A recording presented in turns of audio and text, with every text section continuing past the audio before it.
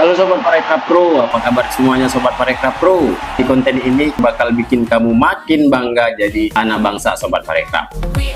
Karena untuk pertama kalinya, formasi lengkap Timnas Indonesia resmi masuk ke dalam game sepak bola global eFootball by Konami. Nah, siapa nih yang suka banget sama game bola pada era tersebut? Kalau dulu main game ini di Indonesia hanya bisa pilih negara dan klub hebat di Eropa ya. Dan kabar gembiranya, di tahun ini Timnas Indonesia masuk nih dalam game dari Konami ini Sobat Parekraf. Tapi ini bukan cuma soal game, karena ini juga cerita tentang sepak bola, diplomasi budaya, dan peluang industri digital Indonesia menuju panggung dunia.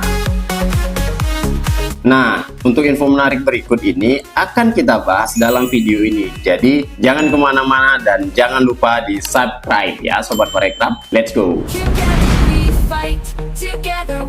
Konami adalah perusahaan hiburan asal Jepang, berdiri sejak tahun 1969. Awalnya hanya mengembangkan rental jukebox. Konami lalu bertransformasi jadi raksasa game dengan waralaba legendaris seperti Metal Gear, Silent Hill, Castlevania, dan tentu saja Pro Evolution Soccer alias PES. Nah, siapa nih yang sering memainkan PES pada masa itu? Tahun 2020, Konami mengambil langkah berani nih Sobat Parekraf. Mereka mengganti nama PES menjadi eFootball, platform sepak bola digital berbasis live update dan free to play. Sejak itu, eFootball berkembang jadi salah satu game sepak bola terpopuler dengan pengguna aktif jutaan orang dari seluruh dunia termasuk Indonesia.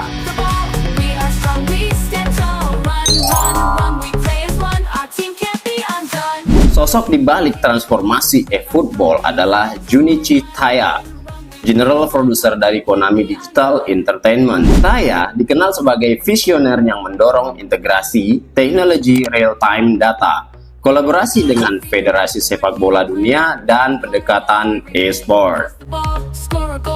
Bagi Taya, sepak bola digital bukan hanya hiburan, tapi sarana penyebaran nilai, budaya, dan identitas bangsa. Dan inilah alasan mengapa Timnas Indonesia akhirnya diundang masuk ke eFootball. Dari sisi Indonesia, hadir tokoh penting seperti Marshall Masita, adalah Direktur PT Garuda Sepak Bola Indonesia atau GSI. Marshall bukan orang baru nih di industri kreatif. Dulu dikenal sebagai eksekutif di industri musik dan media. Kini memimpin branding sepak bola Indonesia ke arah yang lebih modern. Kita kutip dari laman Instagram Kementerian Ekonomi Kreatif.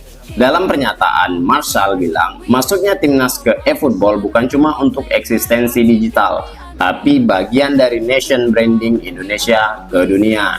Artinya, bukan cuma soal game, tapi strategi positioning Indonesia ke kancah global.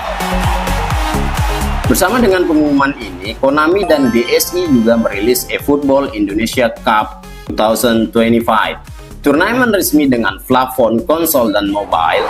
Dari gamer rumahan sampai atlet profesional nih Sobat Parekraf, semuanya punya peluang tampil di sini. Ini bisa jadi panggung awal e-sport nasional di level global. Bayangkan Sobat Parekraf, pemain dari desa bisa viral karena jadi top scorer digital Timnas di turnamen dunia. Dan kabar makin lengkap ketika Timnas U17 juga resmi lolos ke Piala Dunia. Ini bukti bahwa sepak bola Indonesia sedang memasuki era emas, baik dari sisi performa di lapangan maupun pencitraan digital. Dan anak-anak muda kita bisa jadi duta bangsa nih Sobat Parekraf, baik lewat sepatu bola maupun lewat joystick.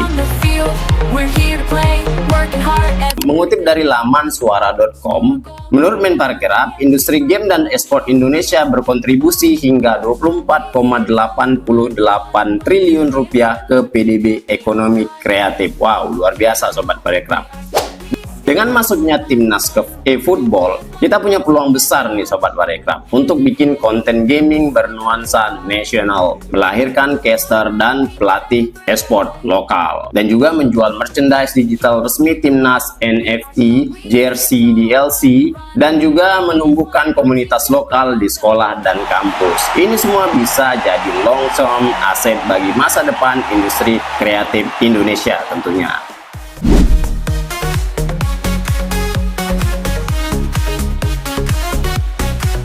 Sobat Parekraf, ini adalah momen penting saat timnas Indonesia tak hanya hadir di stadion, tapi juga dalam konsol, PC, dan HP kita semuanya.